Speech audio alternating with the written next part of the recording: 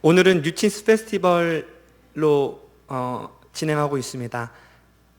교회 처음 나오신 분들 또는 여러 가지 사정으로 오랜만에 나오신 분들 이렇게 모두 다 초대해서 함께 예배드리는 날인데요.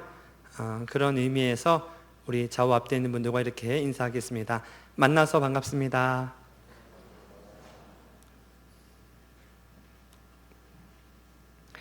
여러분 혹시 카페에서 누군가를 기다리면서 이런 이야기 한번 들어본 적 있으실지 모르겠습니다. 아, 그 사람 교회 다닌대.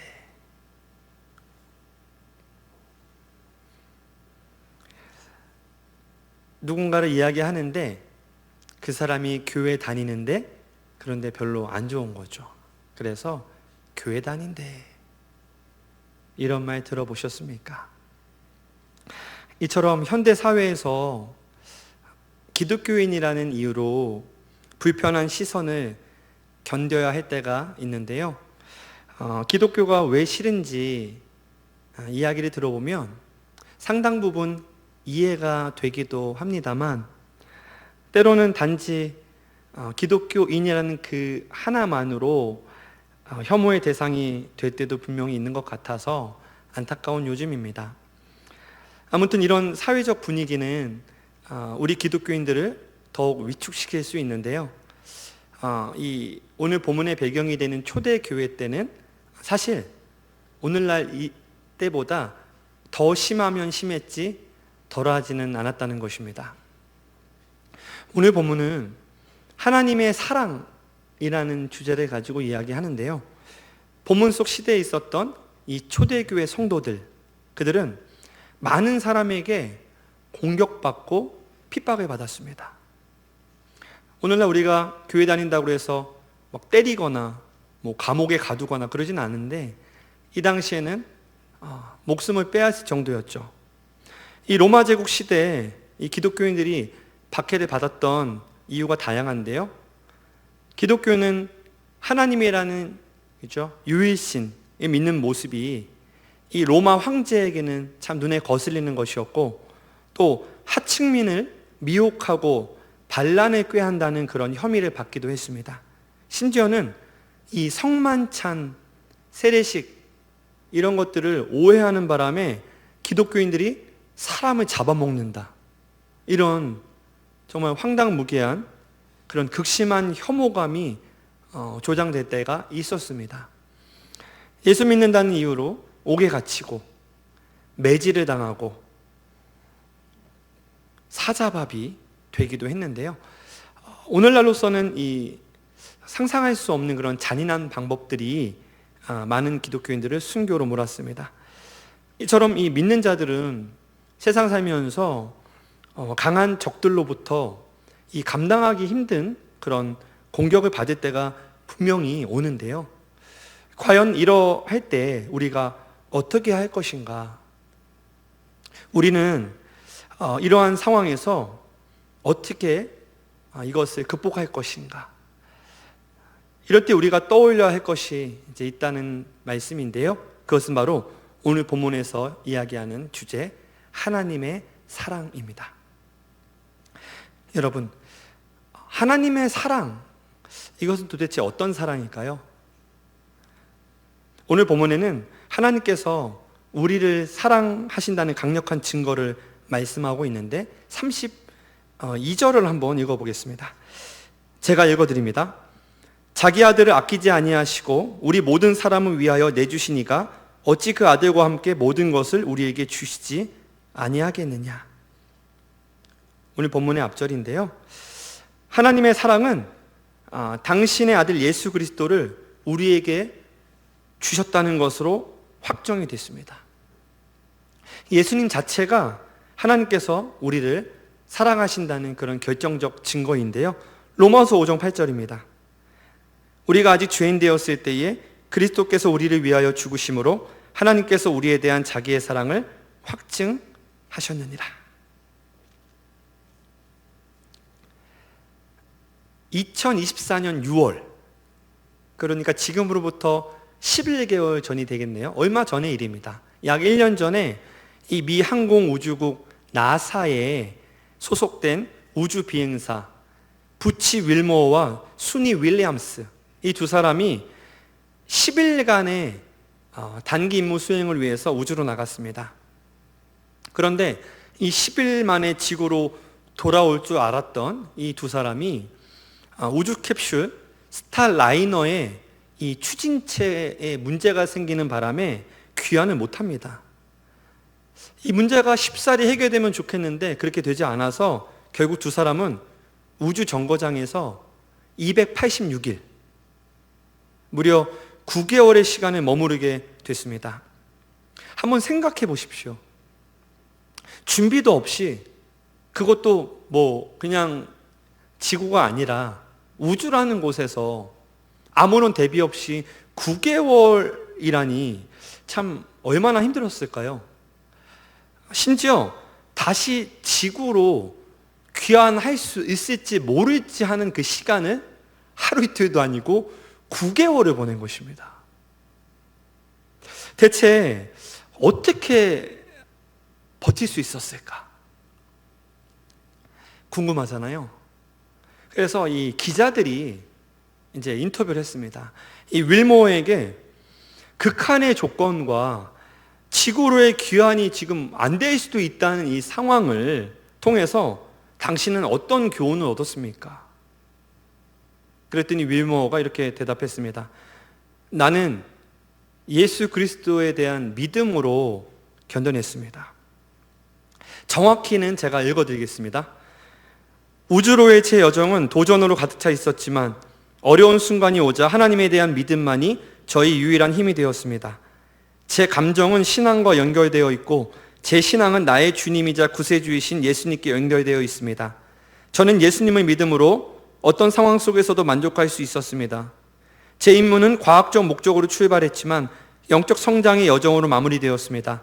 저는 우주에서 결코 혼자가 아니었으며 가장 어두운 순간에 하나님께서 나와 함께 하셨습니다. 미국 파사데나의 프로비던스 침례 교회의 이 장로이기도 했던 이 윌모어는 그 교회 성도들이 이제 지구로 귀환을 하지 못하니까, 답이 없으니까 매주 수요일과 주일에 모여서 윌모어를 위해서 중보 기도를 했다고 하더라고요. 그는 결국 지난 3월이죠. 지지난달입니다. 3월에 지구로 귀환을 했고요. 건강검진을 받은 이후에 다시 일상생활로 돌아갈 수 있었습니다. 예배 끝나고 한번 기사를 찾아보시죠. 어떻습니까? 하나님의 사랑이 윌모어가 9개월 동안 우주에 고립되었을 때 그를 지탱해 준 것인데요. 그렇습니다. 하나님은 이 지구만이 아니라 고요하고 막막한 우주 어디에서도 우리를 찾아와 주실 수 있고 또 구원하실 수 있습니다. 그리고 그러한 하나님의 사랑은 예수 그리스도께서 이 땅에 오심으로 증명되었습니다.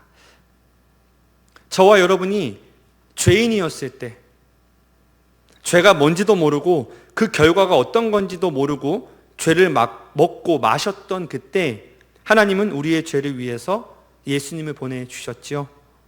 그리고 그분을 우리를 대신해서 십자가에 죽게 하셨습니다. 여러분, 이 십자가에서 죽으신 예수님이 우리 곁에 계시고 우리 안에 계십니다. 이 예수님으로 인해서 우리는 생명을 누릴 뿐만 아니라 세상에서 승리합니다. 또 예수님은 부활하신 후 하나님 우편에 앉아서 우리를 위해서 기도하고 계신데요. 본문 34절, 본문 앞절인 34절입니다. 누가 정죄하리요?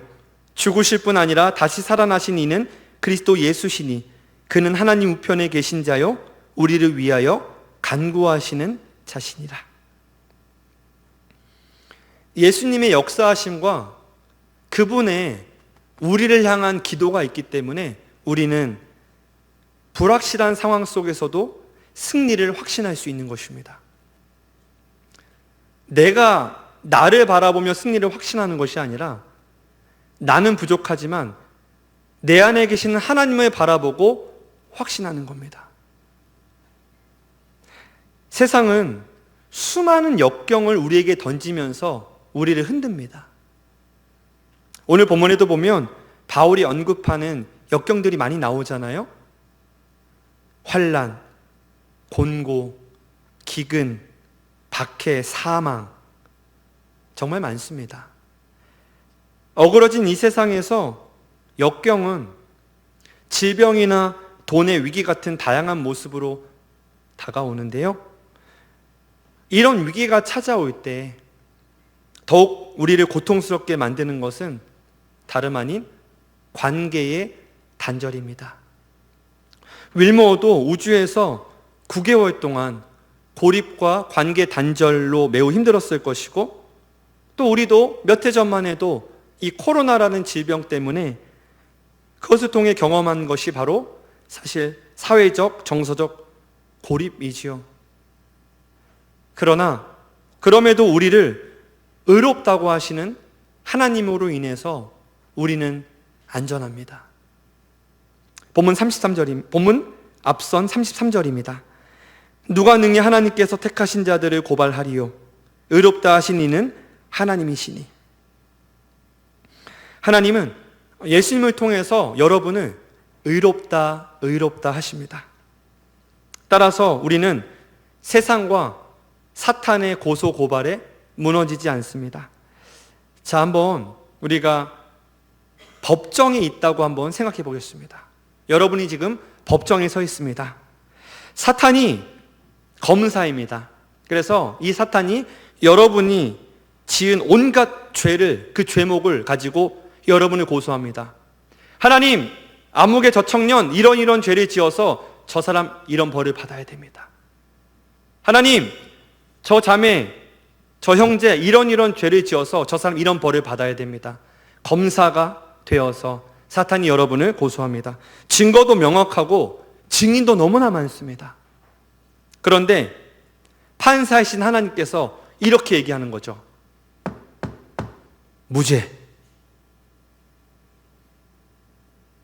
무죄 먼저 하고 이건가요? 어쨌든 무죄. 왜 그럴까요? 왜 여러분에게 무죄가 주어집니까? 변호사이신 예수님께서 이렇게 말씀했기 때문입니다. 재판장님, 제가 이미 그의 형벌을 대신 다 받았습니다.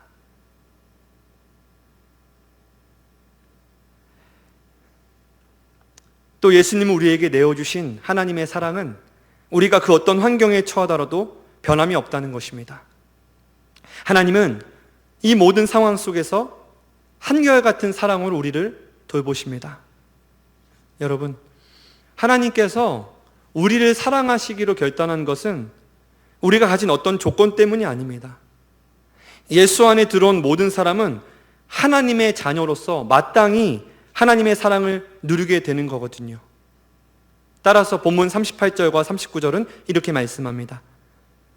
내가 확신하노니 사망이나 생명이나 천사들이나 권세자들이나 현재일이나 장래일이나 능력이나 높음이나 기쁨이나 다른 어떤 피조물이라도 우리를 우리 주 그리스도 예수 안에 있는 하나님의 사랑에서 끊을 수 없으리라.